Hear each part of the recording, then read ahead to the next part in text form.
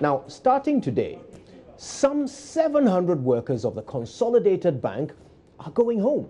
And it's part of restructuring of the newly established Consolidated Bank. Now, CBG was recently formed by the Bank of Ghana when it fused together the assets and some liabilities of 5 struggling local banks, including the Beige Bank and 4 others. Now, these 700 sacked staff form part of about 1,000 workers that were in the banking and other sectors losing their jobs in the last 3 months alone. Now, let's start off with these 700 former workers of the now defunct Beige Bank.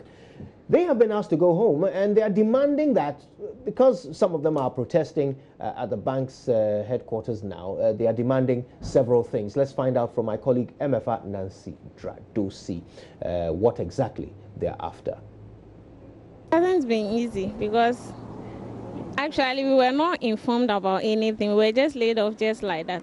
We don't want the work again. All we want is our money. They should pay us our money, and then that ends everything. That's all I have to say.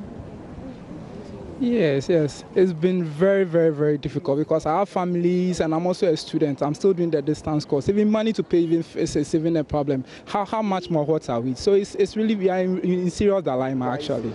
We are in serious crisis. So we need our money. We need our money. Definitely, we need the money. The money should come first before we think of any other thing. So we need the money. We are here for the money. How have you also been surviving? It's been a real headache.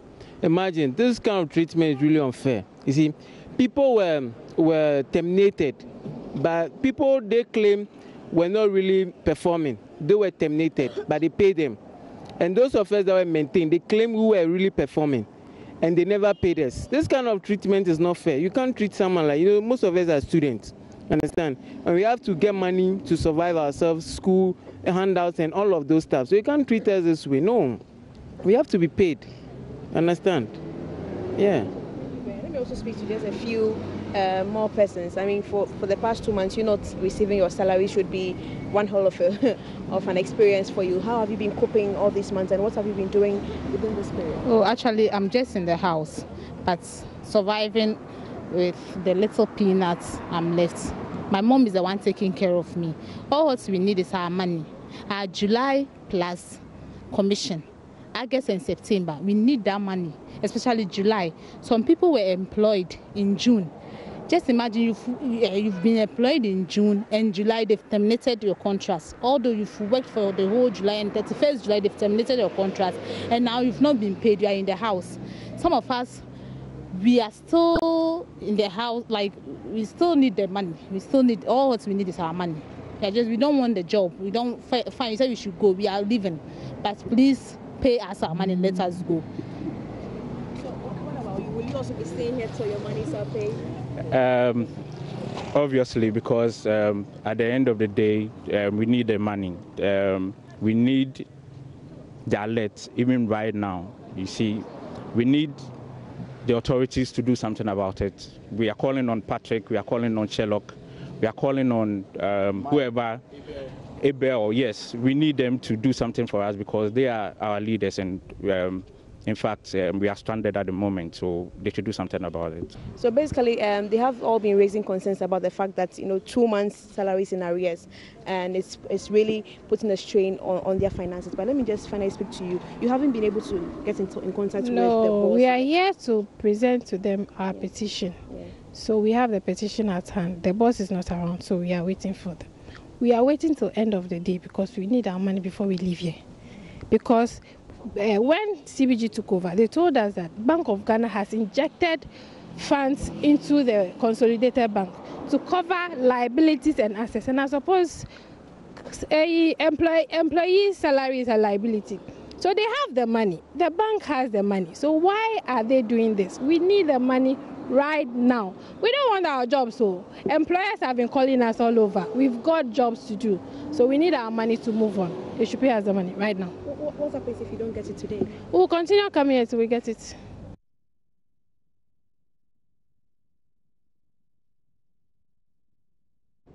Right, so we hear that there will be even more workers in the banking sector losing their jobs in the coming days. Let's find out what the industry players are saying about this. We're joined on the phone now by Seth Abloso. Now, he is the acting executive director for Labour Policy International. Mr. Abloso, thank you for your time. From where you Thank you for having me. Thank you. Now, from where you sit, what exactly do you think is accounting in real terms for this exodus of workers, forced exodus of workers from the banking sector? Thank you. From the banking sector, the immediate reasons that come to mind is really a failure of supervision and regulation of the banking sector. If the banking sector has been properly regulated as expected of the central bank, the story would have been different. Right. Now, you see also that, for instance, if in the case where they mentioned that a bank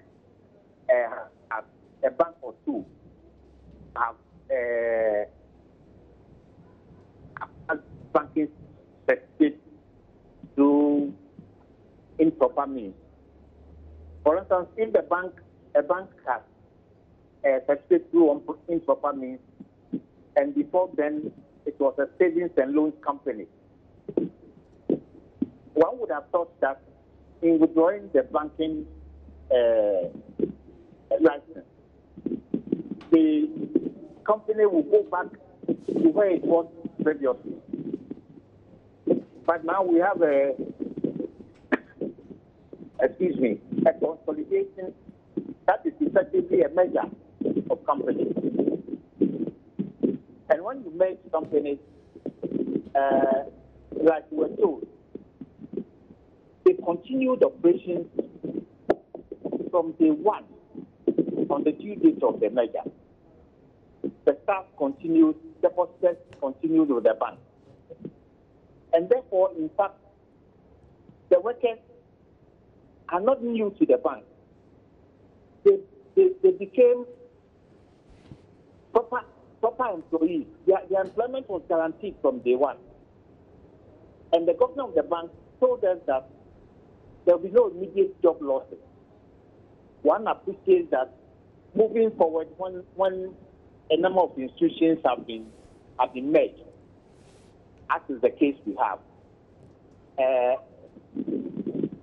some branches, the continued operation of some branches may not be viable.